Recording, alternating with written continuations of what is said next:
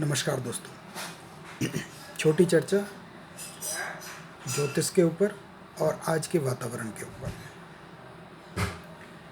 अभी पीछे बहुत देर से एक महामारी का प्रकोप, उसका डर, उसका भय लगातार चिंता का विषय बना हुआ है। वैसे तो अगर देखा जाए तो भारतवर्ष के अंदर इसके प्रकोप के असर को देखा तो गया, लेकिन व्यवस्थित तरीके से व्यवस्था ने इस आपदा के ऊपर बहुत नियंत्रण भी रखा हुआ है, बहुत हद तक नियंत्रण रखा हुआ है। रोगियों की अगर संख्या बढ़ी तो जैसे कि व्यवस्था के आंकड़े बता रहे हैं कि उनकी रफ्तार 8 से 9 दिन में जाके डबलिंग पे पहुंच रही है, या 10 से 11 दिन के अंदर डबलिंग पे पहुंच रही है, ऐसा समाचारों के माध्यम से मालूम होता है। तो पहली बात तो अपने आप में ये बहुत महत्वपूर्ण है कि व्यवस्था ने, सरकार ने समय रहते जो आवश्यक कदम उठाए,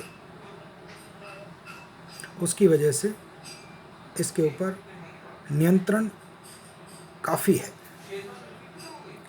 लेकिन फिर भी जब अगले दिन ये सुनने को मिलता है कि संबंधित राज्य में इतने रोगी और देखे गए, और कहीं कहीं बहुत उत्साहवर्धक खबरें भी देखने को मिली कि संबंधित राज्य में पिछले 10 दिन में, 8 दिन में, 15 दिन में कोई नया रोगी नहीं देखा, तो ये मन में एक आशा भी जगाती है।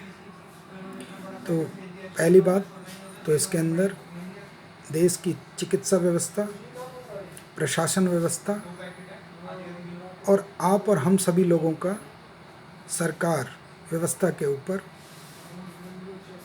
विश्वास और जो दिशा निर्देश उन्होंने दिए उसको सख्ती से पालन किया हमने और कर रहे हैं। और जब तक व्यवस्था बताएगी, जब तक हर किसी को इसको सख्ती से पालन करना चाहिए, तो ये अपने आप में एक आशाजनक परिणाम देता है। दूसरी बात, जब अगले दिन हर रोज़ समाचार को देखने का मौका मिलता है तो कहीं मन के अंदर भय भी उत्पन्न होता है। ज्योतिष के छात्र होने की वजह से ज्योतिष से संबंधित अगर बात करें तो इस आपदा से, महामारी से मुक्ति किस प्रकार और कैसे संभव होगी, उसको समझने की कोशिश करें। पहला पड़ाव, जब सूर्य उच्च राशि की तरफ आए और अपने उच्च अंशों की तरफ बढ़ रहे हैं, तो वहाँ से रिकवरी ऑफ पेशेंट्स, रोगियों के रोग मुक्त होने के लिए, रोग निवृत्ति के लिए एक अच्छा संकेत मिलता है। जैसे कि अभी भी ये खबरों के माध्यम से मालूम चल रहा है कि इतने रोगी बने तो इतने रोगी ठीक भी हुए, एक बात। दूसरी बात, पिछले बहुत लंबे समय से एक छाया ग्रह, एक नोड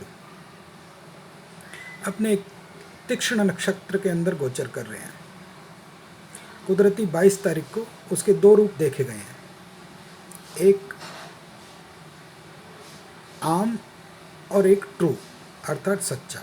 मतलब एक हमने निर्धारित किया कि मीन, मतलब एक एवरेज, औसत रूप इसका क्या है, और एक जो उसका बिल्कुल सही रूप क्या है, वो किस राशि के संस्कला में गोचर कर रहा है।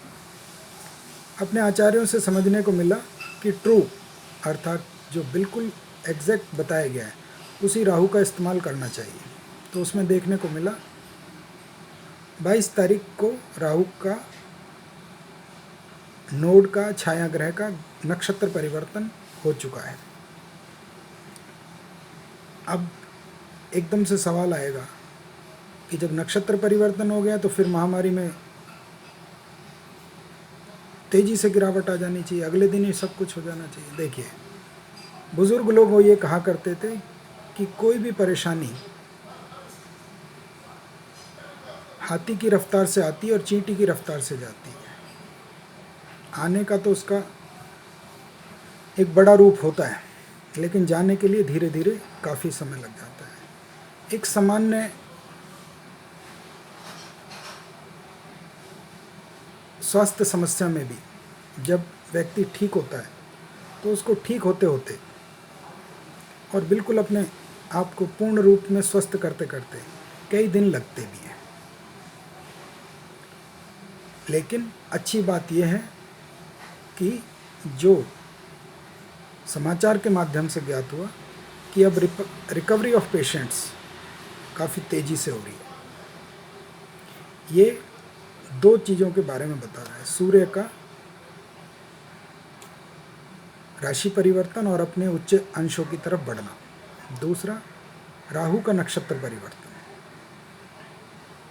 छाया ग्रह का नक्षत्र परिवर्तन और नोड्स का नक्षत्र परिवर्तन। तो अगले दिनों में क्या इस महामारी से निजात मिल जाएगी? क्यों नहीं मिलेगी? मैं तो सदैव सकारात्मक रहने की कोशिश करता हूँ। हमारे चिकित्सा वैज्ञानिक, माइक्रोबायोलॉजिस्ट, व्यवस्था, संसार की सभी चिकित्सा व्यवस्थाएं इस महामारी का खात्मे का उपचार देख रहे हैं। अभी कल भी खबर में सुनने को मिली कि ऑक्सफोर्ड यूनिवर्सिटी ने भी कुछ आज सुबह से निर्धारित किया है कि कुछ वो क्लिनिकल ट्रायल हैं या क्या हैं, उसके बारे में मुझे पूरा संज्ञान नहीं है, लेकिन वो और बड़ी तेज़ी से कर रहे हैं, जहाँ वो बहुत सब एक उस आवश्यकता को देखते हुए जिससे मानस भला रह सके। बीच में कुछ ऐसी भी खबरें प्राप्त हुई कि नई नई जो पुरानी चिकित्सा पद्धति है उसी को दोबारा इस्तेमाल करके भी रोग से निदान करने के लिए कई अस्पतालों ने शुरुआत भी करी है। तो ये अपने आप में एक अच्छी खबर है, एक अच्छा समाचार है। अब बात आती है कि आम जनमानस इससे सुरक्षित कैसे रह सके।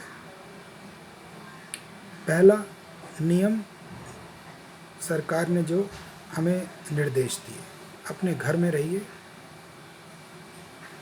और कोई बहुत ही महत्वपूर्ण वस्तु लेने के लिए, जैसे औषधि है या कोई अन्य वस्तु है, तो जो दिशा निर्देश बताए हैं, फेस पे मास्क लगा के, चेहरे को ढक के, हाथों को ठीक प्रकार से जाते हुए साफ करें, वापस आते हुए साफ करें, उनका अनुपालन कीजिए। तीसरा, शरीर को स्वस्थ बनाए रखने के लिए जो तरल पदार्थ हैं भोजन के अंदर, वो बहुत कारगर साबित होते हैं। उसका कारण क्या है? देखिए, विषाणु वातावरण में लगभग रहते ही हैं, लेकिन इस बार का जो ये विषाणु है ये बहुत ही इस प्रकार से है कि इसको समझने में चिकित्सा विज्ञान के सामने भी कई चुनौतियां आ रही हैं। लेकिन उसके बावजूद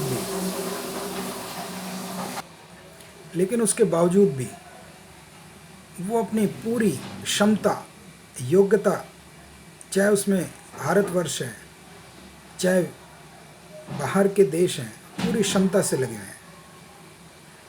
और ईश्वर ने चाहा तो इस आपदा से जल्दी मुक्ति भी दिलाएंगे। लेकिन हमें अपने घर में रह के भी किस प्रकार से इससे सुरक्षित रहें।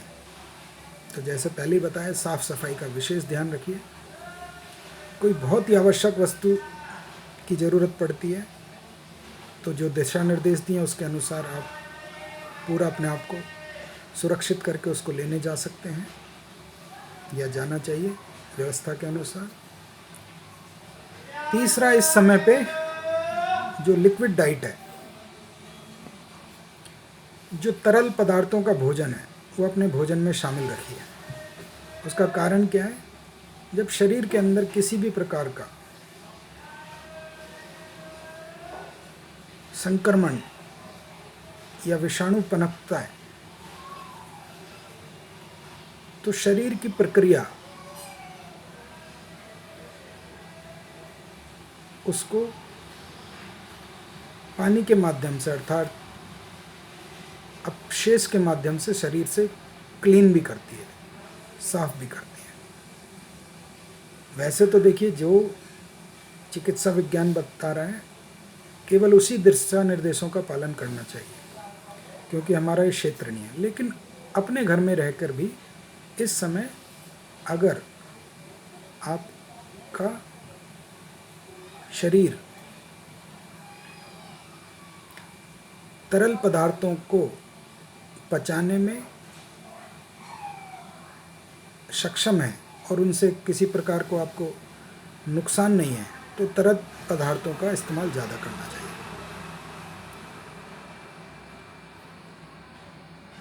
अभी कुछ ही दिन के अंदर कई प्रकार के धार्मिक त्योहार भी बनेंगे।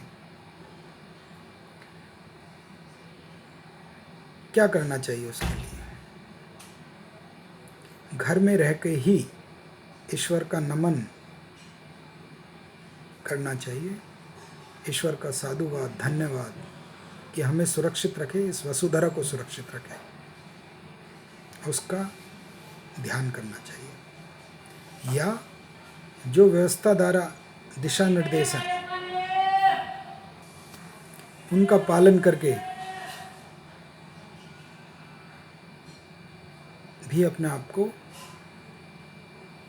प्रभु के प्रति समर्पित किया जा सकता है। अभी कुछ ऐसे भी पर्व आएंगे जिस पे दान पुण्य का बहुत महत्व है। तो कैसे दान करना चाहिए?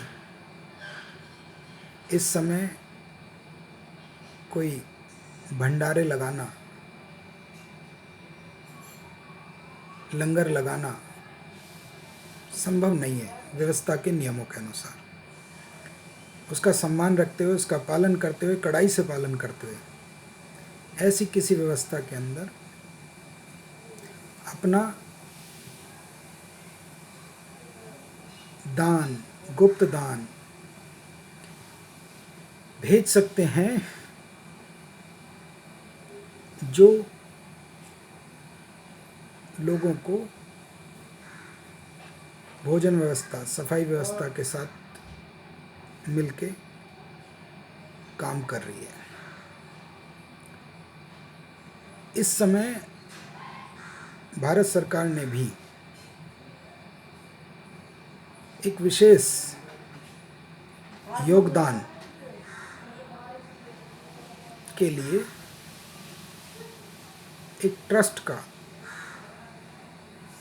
एक इकाई का निर्माण किया है, जिसके अंदर लोग अपनी स्वेच्छा से, अपनी सामर्थ्य से और अपनी योग्यता के अनुसार उस ट्रस्ट में भी दान दे सकते हैं। आपका दिया गया योगदान इस देश को मजबूत करेगा और जो लोग थोड़े दुर्बल हैं उन तक व्यवस्था अपनी मदद पहुंचाएगी। मैं इतना ही कहना चाहता हूँ, घर में रहिए जब तक अगले दिशा निर्देश ना आए। अपना बहुत ख्याल रखिए। जिस प्रकार से ग्रह स्थिति बदल रही है, ईश्वर ने चाहा तो इसके अंदर काफ़ी परिवर्तन आएगा। धन्यवाद। घर में रहिए, सुरक्षित रहिए, ईश्वर पे भरोसा रखिए, व्यवस्था पे भरोसा रखिए।